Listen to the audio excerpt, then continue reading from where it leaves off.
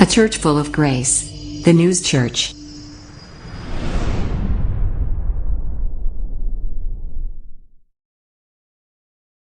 하나님, 주님의 말씀을 주 하나님을 경외하는 두렵고 떨림으로 말씀을 가지고 나왔습니다. 주님께서 주신 말씀이오니 하나님 전하는 자 정말로 그의 그리스도의 피로 씻김 받아 흰옷 입은 예복을 입고 말씀을 전하게 하여 주셔서 온전히 주님의 말씀이 모든 심령들에게 하나도 떨어지지 아니하고 아버지의 말씀으로 살아갈 수 있도록 이 귀한 시간 성령님이여 붙들어 주시옵소서.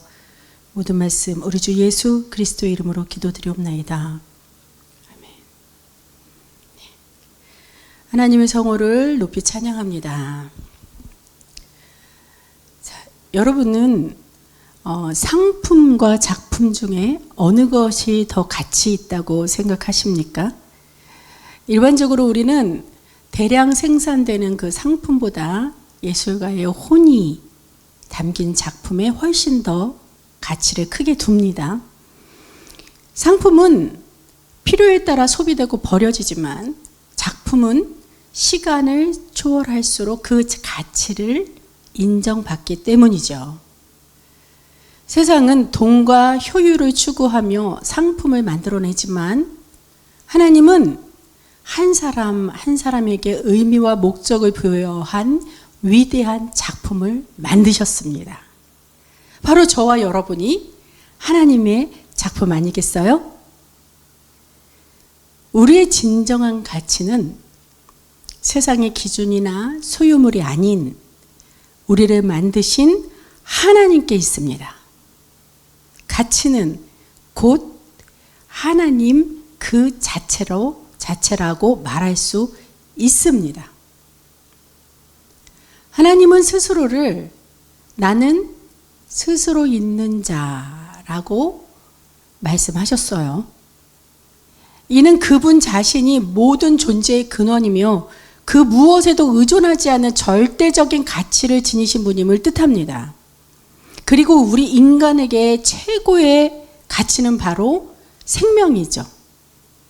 하나님은 하나님 스스로 존재의 가치를 지니신 분, 최고의 가치를 지니신 분, 우리 인간에게, 물론 하나님을 제외한 우리 인간에게 가치는 생명이에요. 근데 성경 전체에서 하나님께서 인간의 생명을 얼마나 소중히 여기시고 죄로 인해 죽을 수밖에 없는 우리를 구원하시려 끊임없이 노력하셨는지 많은 부분에서 성경 전체에서 보여주고 계십니다.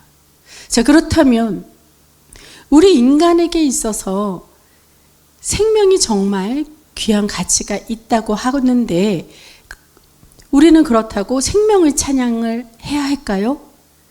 아니면 우리에게 생명을 주신 하나님을 찬양해야 할까요? 우리는 무엇을 찬양해야 할까요? 답은 분명합니다. 우리를 창조하시고 다시 살려주신 하나님을 찬양하는 것이 마땅합니다. 그러므로 생명의 구원에 대한 진정한 감사가 없다면 우리의 찬양은 아무런 가치가 없다는 거예요. 생명이신 하나님을 찬양할 때 비로소 그분의 가치를 인정하고 가장 가치 있는 삶을 우리도 살게 되는 것입니다. 호세아 14장은 이스라엘 백성이 긴 방황과 죄악의 역사를 끝내고 회개하며 하나님께로 다시 돌아왔을 때 감동적인 이야기를 그려내고 있습니다. 죄의 결과는 죽음이지만, 영적인 죽음이지만 하나님께서는 그들의 죄를 따져 묻지 않으셨어요. 그저 따뜻한 은혜와 회복의 메시지만을 전해 주셨습니다. 우리도 죄인인 채로 살아간다면 영적으로 죽은 것과 마찬가지예요. 즉, 지금 이렇게 살아있다고 생각이 들어도 하나님께서 보시기에는 죽은 자랑 마찬가지란 얘기입니다. 아무리 세상에서 성공하고 많은 것을 누려도 죄는 결국 우리 삶을 허무하게 만들기에 우리가 세상에서 아둥바둥 살아간들 아무것도 없고 무의미해지는 것이죠. 무의미해지는 것이란 말입니다. 하지만 감사하게도 우리는 예수 그리스도의 은혜로 죄 사함을 받고 살아있으라 라는 하나님의 선포가 이루어져 다시 살아났음을 믿습니다. 이것은 이미 믿는 저와 여러분, 우리뿐만 아니라 아직 하나님을 알지 못하는 모든 영혼에게도 해당되는 약속입니다. 그러므로 하나님은 그들이 빨리 돌아오기를 간절히 기다리고 계시는 줄 믿습니다. 그러면 우리 본문 1절부터 한번 보실까요? 우리 아까 전체적인 성경을 봉독했지만 한 구절씩 다시 한번 보겠습니다. 1절 함께 이스라엘아 내 하나님 여호와께로 돌아오라. 네가 불의함으로 말미암아 엎드려졌느니라. 내 하나님 여호와라고 하나님은 명명하셨어요. 다른 사람의 하나님이 아니라 너희 하나님, 즉 나와 하나님과의 그 1대1 관계를 강조하시는 겁니다. 이 불의함은 의롭지 않다는 것이며 이는 너의 하나님을 버리고 다른 신을 찾았다는 것을 뜻합니다. 하나님은요, 질투의 하나님이시기도 해요. 하나님이 질투하신다는 것을 그 마음을 알기 위해 부부간에도 질투하는 마음을 주신 줄로 저는 그렇게 이해하고 있습니다. 결코 서로와 서로 간에서 누가 다른 이성이 끼면은 절대 안 되는 것이죠. 마찬가지 하나님과 나와의 관계에도 다른 신이나 우상이 껴서는 안 된다는 뜻입니다. 하나님을 버리고 세상의 것을 쫓았던 이스라엘처럼 우리도 때로는 삶의 어려움 앞에서 다른 것을 의지하려 할 때가 있어요. 여러분, 한 주간 동안 하나님보다 더 의지했던 것들이 없었는지 지금 이 시간 빨리 돌아보시길 바랍니다. 어떻게 알 수 있냐고요? 이렇게 생각해 볼까요? 위기의 순간에 내가 누구를 생각했는지 또는 무엇이 생각이 났는지, 기쁘고 내가 성공이라는 그 목표점에 올라갔을 때 감사를 하나님께 먼저 드리는지 아니면 다른 사람의 공을 칭찬하던가 그 상황에 대해서 운이 좋았다던가 뭐 어떤 것이 먼저 생각났는지 그거를 생각해 보면은 자신을 되돌아보기가 좋을 것입니다. 어떻습니까? 하나님은 우리에게 말씀하십니다. 나에게로 돌아오라. 내가 너의 하나님이다. 계속 2절을 보겠습니다. 너는 말씀을 가지고 여호와께로 돌아와서 아뢰기를 모든 불의를 제거하시고 선한 바를 받으소서. 우리가 수송아지를 대신하여 입술의 열매를 주께 드리리이다. 우리 찬양을 정말로 진심으로 드린 줄 믿습니다. 설교 전에 많은 찬양을 드렸죠. 자, 이 말씀대로 하나님께 돌아오는데 우리가 어떻게 돌아와야 하는 거냐는 말이에요. 그냥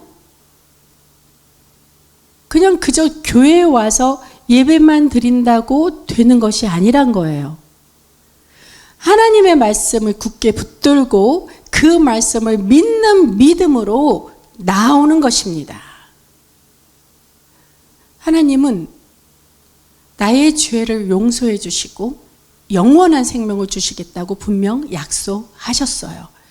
우리가 그 약속을 믿고 돌아간다면 하나님은 그 불의를 제거하시고 용서해 주실 뿐만 아니라 선한 것으로 우리를 인도하는 그 하나님의 자비하심과 사랑을 경험하게 될 것입니다. 오늘날 우리는 돈을 정말 사랑해요. 물론 돈이 없어도 감사하겠지만 그런 사람이 많겠지만 그런 사람들 중에서도 돈이 많다고 싫다는 사람은 한 명도 없을 것입니다. 그러나 문제는 돈을 너무 사랑하게 된다면 물질적인 것에 큰 가치를 두게 되어 그것이 위험이라는 거예요. 하나님은 돈이 필요하신 분이 아니에요. 하나님이 돈이 없으신 분도 아닙니다.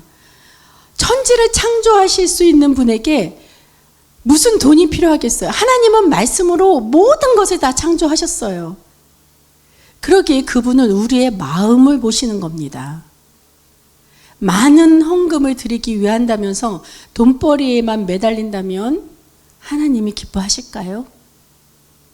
만약 하나님이 보시기에 정말로 이 물질이 필요한 것이라 여겨진다면 하나님의 방법으로 분명히 채워주시려 하나님은 은혜로 저와 여러분을 이끌어 주실 것입니다. 성경은 구약시대에 가장 귀한 제물이었던 수송아지를 대신해 입술에 열매를 드리라고 말합니다. 이 의미는 뭐냐면 이런 값비싼 헌금이나 형식적인 제사를 하나님이 원하신 것이 아니라 하나님은요, 진심 어린 회개와 찬양의 고백이 더 기쁨으로 받아주신다는 그런 의미예요. 하나님은 우리의 재물이 아니라 우리의 마음을 더, 우리의 중심을 더 보시기 때문입니다. 비로소 이스라엘 백성은 하나님께 돌아오기로 결단했죠. 그래서 그들의 결단이 3절에 분명히 기록되어 있습니다. 3절. 우리가 아수르의 구원을 의지하지 아니하며 말을 타지 아니하며 다시는 우리의 손으로 만든 것에 향하여 너희는 우리의 신이라 하지 아니하오리니 이는 고아가 주로 말미암아 긍휼을 얻음이니이다 할지니라. 이제 하나님의 다른 그 어느 것도 의지하지 않겠다는 결단이에요. 이스라엘은 지리적으로도 강대국들로 둘러싸인 작은 나라입니다. 그곳에서 살아남으려면요, 하나님의 은혜 없이는 결코 불가능해요.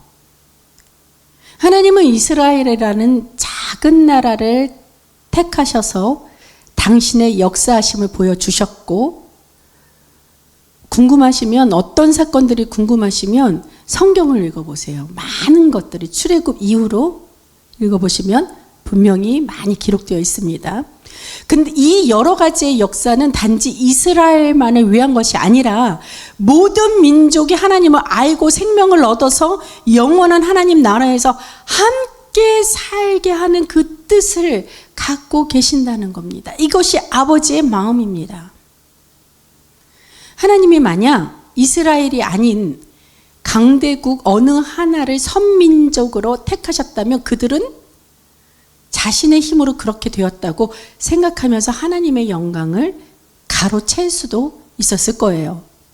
그래서 하나님은 그 지도상의 점 하나 같은 그러한 연약한 이스라엘을 선택하신 것입니다.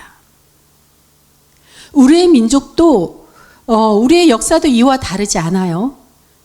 과거 참으로 어려운 시절이 있었지만 그 기도하는 어머님들이 얼마나 많았습니까? 이러한 좋은 환경의 교회가 아니었습니다. 천막을 치고 또 조금 더 발전해도 그냥 의자가 아닌 마룻바닥에서 무릎을 꿇고 눈물을 흘리면서 그렇게 어머님들의 기도가 하나님의 마음을 움직였던 것입니다. 그래서 하나님께서는 이 나라 대한민국을 선교사 파송하는 정말로 제1의 나라로 우뚝 세워주셨어요. 그런데 우리나라가 은혜를 받으면 받을수록 감사가 더해져야 하는데 때로는 배부르고 평안해지면서 마치 원래부터 우리가 잘 살던 나라 아니었나? 이렇게 착각하고 이러한 위험에 지금 빠져 있다는 겁니다. 나라를 위해 기도해야 될 줄로 믿습니다. 이스라엘은 아수르와 애굽과 같은 강대국 때문에 많은 고생을 했어요. 애굽에서 종살이했던 역사가 있었고 때로는 침략을 당하기도 했습니다. 이제 이스라엘 백성들은 결단을 합니다. 아수르와 애굽의 권세나 군사력을 의지하지 않겠다고 그렇게 말을 하고 있죠. 그래서 말씀에서 아수르의 구원을 의지하지 아니하며 말을 타지 않는다는 것은 그 군사력을 의지하지 않겠다는 그것의 비유가 되는 것이죠. 그래서 강대국을 의지하면 대체적으로 그들의 우상까지도 같이 섬길 수밖에 없는 것입니다. 마치 오늘 우리가 어떤 나라에 한 나라가 어떤 나라의 정치 체제와 가까이 하게 하다 보면 그 사상에 물들고 그 사상의 영향을 받을 수밖에 없는 것과 마찬가지예요. 우리 손으로 만든 것을 향해 우리의 신이라 하지 않겠다는 것은 우상을 섬기지 않겠다는 결단이죠. 이는 오늘날 우리에게도 동일하게 적용됩니다. 물질, 권력, 명예, 세상의 쾌락을 최고의 가치로 삼고 의지하는 것은 우상을 섬기는 것과 다를 바가 없어요. 그러나 이제는 그런 것을 의존하지 않겠다는 그러한 결단을 해야 합니다. 왜냐하면 그 모든 것은 결국 사라지고 영원하지 않기 때문입니다. 진정한 가치는 영원히 보존되는 것이며 그것은 오직 하나님 안에서만이 우리의 은혜가 되고 축복이 될 수 있습니다. 그러므로 우리는 고아와 같이 철저히 연약하고 무능한 존재임을 인정해야 합니다. 아무리 나를 사랑하는 사람이라도요, 나를 지켜줄 수가 없어요. 왜냐하면 그들 역시 인간이기에 하나님 앞에서 나와 똑같은 인간의 연약함이 있기 때문입니다. 우리는 그러므로 오직 하나님의 긍휼을 구하고 하나님만을 의지해야 하는 것입니다. 여러분, 세상의 것을 최고의 가치로 삼는 것을 이제 멈추고 하나님만을 의지하기로 결단하시기 바랍니다. 진정한 회개는요, 다시는 같은 잘못을 반복하지 않겠다는 그 결단에서 시작되는 거예요. 지금 3절에 나타난 이스라엘의 백성의 고백처럼 우리도 이제 하나님의 은혜 외에는 그 어떤 것도 의지하지 않겠다는 결단이 필요할 때입니다. 이 시간 세상의 것이 아닌 하나님만이 나의 전부이며 최고의 가치임을 고백하는 온전한 찬양이 우리 가운데 시작되는 시점이 되기를 예수님 이름으로 축원합니다. 하나님께 찬양을 드릴 때 하나님은 죄악 가운데 있던 우리를 긍휼히 여기셔서 우리를 회복하게 주시는 놀라운 은혜를 베푸시는 걸 우리가 확신하기 바랍니다. 성경 지금 오늘 본문 4절에서 7절까지의 말씀이 이 이스라엘 회복을 통해 그 은혜를 분명히 보여주셨고 그리고 그 은혜대로 저와 여러분에게 역사하시는 하나님이신 줄 믿습니다. 우선 4절을 볼까요? 내가 그들의 반역을 고치고 기쁘게 그들을 사랑하리니 나의 진노가 그에게서 떠났음이니라. 할렐루야. 우리가 잘못한 사람을 용서하고 다시 내 마음속에 사랑으로 다시 받아들이는 것은 결코 쉬운 일이 아니에요. 그 당시 상대로 인해 상처받고 내가 저 사람 때문에 억울함을 당했다고 여겼기에 그러한 기억이 쉽게 사라지지가 않죠. 그러기에 온전히 용서하기가 어렵습니다. 그러나 이러한 용서도 내 힘으로는 불가능해요. 그러나 성령의 능력으로는 가능한 줄 믿습니다. 우리가 예수의 이름으로 용서하려 할 때 성령께서 그 하나님의 자비한 마음과 사랑의 마음을 함께 주셔서 성령의 능력으로 베풀어 주셔서 능히 용서할 줄 믿습니다. 그런데 하나님은요, 저와 여러분을 단순히 용서만 하시는 것이 아니에요. 하나님을 배신했던 모든 행위들을 낱낱이 고쳐주시고 회개한 우리를 기쁘게 여기셔서 사랑해 주시겠다고 이 지금 말씀을 통해 약속하신 겁니다. 이것은 수동적인 용서가 아니에요. 적극적인 치유와 회복의 약속입니다. 이 놀라운 사랑의 확신이 바로 우리가 하나님을 찬양해야 할 큰 이유 중에 하나 아니겠습니까? 또 5절 은혜의 말씀 보겠습니다. 내가 이스라엘에게 이슬과 같으리니 그가 백합과 같이 피겠고 레바논 백향목같이 뿌리가 박힐 것이라. 하나님은 우리를 회복시켜 주시되 이슬과 같이 회복시키겠다고 말씀하셔요. 물이 풍부한 곳에서 물은 흔해서 그 소중함을 모릅니다. 우리 얼마나 수도만 틀면 그냥 수도꼭지만 풀면 물이 콸콸콸 나오잖아요. 수돗물을 틀고 막 양치를 하시는 분들 계셔요. 그만큼 그것을 전략해야겠다는 생각이 없이 그냥 소중함을 모르는 거죠. 그러나 물이 없는 저 아프리카 가면은 그 물이 얼마나 아쉽습니까? 그 아프리카 사람들은 우리가 양치를 하고 버린 물도 깨끗하다고 마실 지경이에요. 너무 마음이 아픕니다. 자, 예를 들어서 물이 풍족한 곳에서 물은 흔해서 소중함을 모르는 거, 그 예를 들면 우리가 수영장을 가잖아요. 그럼 수영할 때 물을 먹지 않으려고 엄청 노력합니다. 그러나 아프리카 말씀을 드렸듯이 그 메마른 사망에서는요, 물이 없어 쓰러지려 할 때 그 이슬 한 방울은요, 죽어가는 생명을 살리는 귀한 존재가 되는 거예요. 우리의 삶도 그런 적 있지 않습니까? 내 영혼이 건조하고 메말라 아무리 노력해도 기쁨이 없는 삶. 무엇을 해도 즐거움이 없고 기쁨이 없기 때문에 무엇을 하려고 시도하지조차 않고 그냥 집안에서만 그냥 갇혀 사는 그런 사람이 있다는 겁니다. 그거의 변명이 뭐냐면 무쾌락증이라고 해요. TV에서 나오는 방송인인데요. 여자분인데 의사를 지금 겸하면서 방송을 하시는 분인데 그분이 무쾌락증을 겪고 있다네요. 엄청나게 사업도 하시면서 참 많은 돈을 벌고, 그래서 참 우리가 생각하기에 저 사람은 걱정도 없고 뭐 근심도 없겠다 싶은데 무쾌락증이래요. 일상을 제대로 누리지도 못하고 일상이 제대로 안 되는 거죠.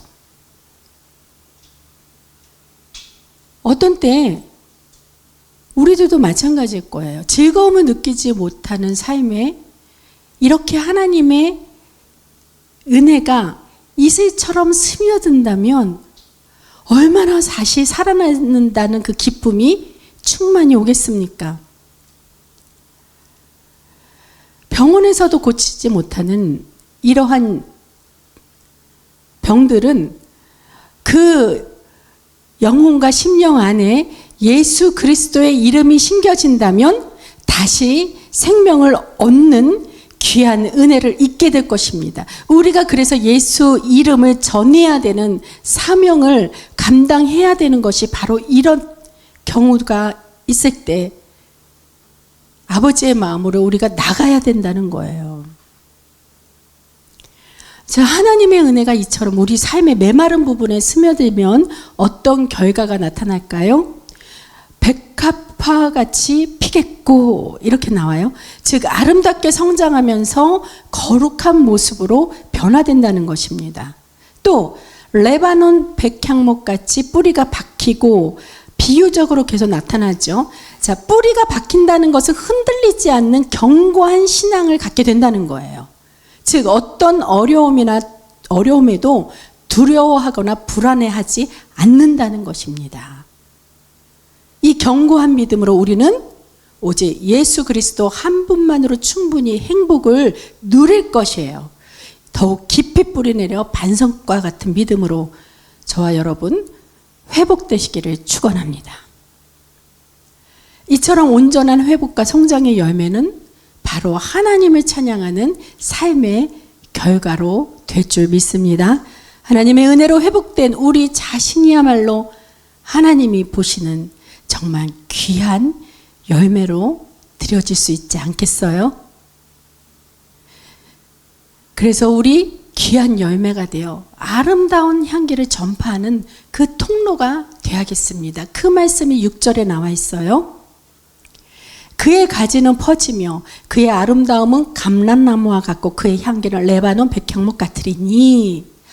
이 하나님의 은혜로 회복된 이스라엘은 영적인 생명력을 널리 퍼뜨리게 될 것이라는 겁니다. 이스라엘이라는 나라를 아니었으면, 그 나라를 통하지 아니었으면 우리 이방인이까지 하나님을 우리가 알 수 있었겠습니까?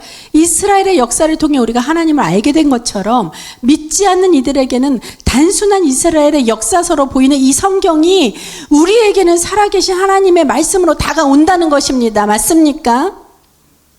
그리고 이 말씀이 유대와 사마리아 땅끝까지 전파될 것을 우리는 믿습니다. 우리는 그 사명을 가지고 나아갑니다. 성경에서 여기 6절 가지가 퍼진다는 것은요, 곧 영적인 영향력이 확장되는 것을 의미하죠. 또한 그 아름다움은 감람나무와 같다는 표현은 풍요와 영광을 상징합니다. 즉 지경이 넓혀진다는 얘기죠. 하나님이 지경을 넓혀 주신다는 거죠. 그리고 그 향기는 레바논 백향목 같다라는 말씀이, 그 향기가 향기는 어떻게 돼요? 가까운 곳에서부터 시작해 바람이나 이 공기를 타고 멀리 퍼져 나가듯 그 하나님의 은혜와 복음이 널리 지경이 넓혀져 퍼져간다는 그러한 의미의 말씀입니다. 우리의 찬양도 이와 같아요. 찬양은 우리 자신에만 머무르지 않고 주변 사람들에게까지 하나님의 아름다운 향기를 전하는 통로가 되어야 합니다. 그리고 통로가 됩니다. 한 사람의 독창으로 시작된 찬양이 둘, 셋이 모여 중창이 되고, 이 마침내는 모두가 함께하는 그 합창이 될 때 하나님의 아름다움과 향기는 더욱 멀리 퍼져나갑니다. 그러므로 우리의 찬양을 통해 하나님의 아름다움과 향기가 온 세상에 전해지기를 소망하고 축원합니다. 우리의 삶과 찬양이 하나님의 통로가 되기를 그리스도 예수님 이름으로 축원합니다. 하나님의 품으로 돌아온 자들은 그분의 그늘 안에서 참된 안식과 보호를 누리게 되죠. 7절은 이 영적 풍요를 이렇게 표현하고 있어요. 7절, 그 그늘 아래에 거주하는 자가 돌아올지라. 그들은 곡식같이 풍성할 것이며 포도나무같이 꽃이 필 것이며 그 향기는 레바논의 포도주같이 되리라. 자, 곡식같이 풍성하다는 것은 부족함이 없는 풍요를 뜻하죠. 포도나무같이 꽃이 핀다는 것은요, 생명의 아름다움과 기쁨의 회복됨을 말합니다. 진짜 말만 들어도 너무너무 벌써 온 것 같은 믿음이 와요. 또 계속해서 그 향기는 레바논의 포도주 같다라는 이 표현은요, 자 봐요. 우리 여러 지방의 특산품 중에서 가장 으뜸가는 것들이 있잖아요. 그렇죠? 그런 것처럼 그 레바논의 포도주라는 것은 으뜸가는 그 최상품의 가치를 표현하는 것입니다. 우리가 하나님께 돌아와 그분을 찬양하며 살아갈 때 우리의 삶은 이와 같이 최고의 가치와 기쁨, 그리고 최고의 풍요로 충만하게 될 것이라는 것입니다. 여러분 믿으시기 바랍니다. 하나님께 돌아가는 것이 이렇게 최고의 풍요를 누리는 기름을 우리는 늘 기억하면서 감사로 찬양합시다. 자, 마지막 구절 8절은 하나님을 떠났던 이스라엘의 완전한 회복과 그 길의 중요성을 보여주고 있어요. 함께 봉독합니다. 에브라임의 말이 내가 다시 우상과 무슨 상관이 있으려 할지라. 내가 그를 돌아보며 대답하기를 나는 푸른 잣나무 같으니 내가 나로 말미암아 열매를 얻으리라 하리라.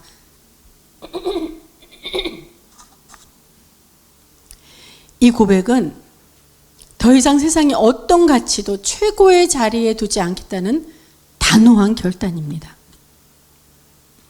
하나님께서는 이 고백을 들으시고 그들의 푸른 잣나무와 같이 늘 푸르고 생명력 있는 존재로 세워주시겠다고 약속하십니다.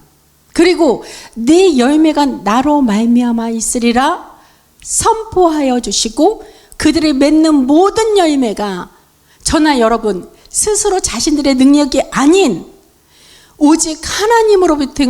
하나님으로부터 비롯된 것임을 분명히 밝히고 계십니다. 우리도 마찬가지예요. 우리가 맺는 선한 열매는 우리의 노력의 결과가 아니라 전적인 하나님의 은혜인 줄로 믿습니다. 우리가 하나님의 은혜 안에 거할 때 우리 삶 자체가 하나님께 드리는 최고의 찬양이 되는 것이란 말입니다. 그래서 마지막 9절 우리에게 중요한 깨달음을 주지요. 누가 지혜가 있어 이런 일을 깨달으며 누가 총명이 있어 이런 일을 알겠느냐. 여호와의 도는 정직하니 의인은 그 길로 다니거니와 그러나 죄인은 그 길에 걸려 넘어지리라. 여호와의 도, 여호와의 길. 하나님의 길은요, 정직하고 고든 길입니다. 이 진리를 깨닫고 그 길을 따라 걷는 사람이 바로 의인입니다. 하나님이 의인이라 칭해 주십니다. 하지만 죄인은요, 그 길을 알면서도 자기 길, 자기 생각대로 그 자기만의 길을 만들어요. 그래서 그 길로 가다가 결국 걸려 넘어지게 되죠. 무릎 깨지고 다치고 엉엉 울면서 다시 하나님 앞에 되돌아와요. 회개해요. 회개의 능력은 뭐라고요? 다시는 같은 잘못을 저지르지 않는, 그것이 바로 회개의 능력이라고 하는데, 또 너무 어리석어서 또 하나님을 잊어서 또 다시 같은 잘못을 또 합니다. 또 자기 생각대로 그 길로 가요. 그러면 그게 무슨 회개예요? 반성이지. 우리 반성문 써봤자 소용없잖아요. 진정 하나님 앞에 회개해야, 그리고 다시는 잘못을 똑같이 저지르지 않겠다는 그러한 결단으로 말미암아 회개의 능력으로 성령님이 이끌어 주신 줄 믿습니다. 마치 잘 닦인 아스팔트 길에는 덫이 없지만 거친 산길에는 풀숲에 가려진 그런 함정이 있는 것과 같다는 거예요. 하나님께서 예수 그리스도의 이름으로 닦아놓으신 그 길이 있는데 그 길로 간다면 결코 넘어질 일이나 다칠 일이 없는 안전한 길이 되는 거죠.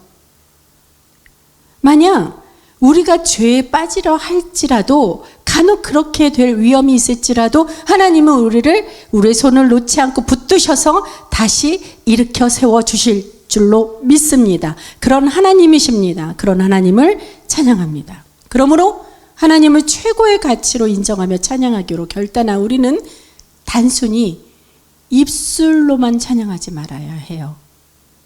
말씀대로 정직한 길을 걷는 삶, 믿음으로 행하는 믿음이 있는 그러한 찬양, 그러한 삶, 그 자체가 바로 위대한 찬양이 되는 줄로 믿습니다. 여러분, 세상의 기준으로는 성공했지만 마음 깊은 곳에서 공허함을 느껴본 적 있지 않으십니까? 그 이유는 혹여 우리가 그 세상 속의 성공 과정 속에서 죄 가운데 있었지 않을까 하는 그런 이유를 찾아볼 수도 있겠습니다. 저 역시 목사로 안수받기 전까지 클래식 음악을 전공하며 작곡 발표회와 연주 활동을 활발히 했습니다. 우리나라 유명한 연주홀마다 다 서보았고 무대 위에서 박수 갈채도 받았습니다. 그러나 이상하게도 마음이 너무 공허했어요. 그리고 외로움과 고통이 이상하게 크게 다가왔습니다. 기쁘지가 않았어요. 연주회는 내 성공 과정에서 음악 교수로 가는 그 과정이 꼭 필요한 일이었기에 멈출 수도 없었던 일이었습니다. 그러나 찬양은 달랐어요. 하나님을 최고의 가치로 인정하며 드리는 찬양은 제 영혼이 말할 수 없는 기쁨으로 채워졌어요. 마치 메말랐던 제 영혼에 이슬처럼 촉촉히 스며드는 그러한 충만한 은혜였다는 겁니다. 과거의 연주 활동이 나의 명성을 위한 것이었다면 찬양은 오직 하나님께만, 하나님의 영광을 드러내는 일이었기 때문입니다. 이 경험을 통해 분명 깨달았어요. 우리의 영혼은 세상의 성공으로 결코 채워지지 않다는 것을요. 오직 하나님과의 관계 속에서만 진정한 기쁨과 만족을 누릴 수 있다는 겁니다. 우리의 재능과 노력이 자기의 명성을 위해 쓰이지 않고 하나님의 영광을 위해 사용될 때 비로소 삶은 참된 가치를 발견하게 되는 겁니다. 여러분, 우리는 사단의 도구로 쓰이다 버려져 생명을 잃는 불의의 상품이 되어서는 결코 안 됩니다. 우리는 시간을 초월하는 생명의 가치를 지닌 하나님의 열매요, 하나님의 작품으로 살아가야 합니다. 날마다 가장 가치 있는 하나님을 찬양하며 그분의 영광을 드러내는 삶을 살기를 소망합니다.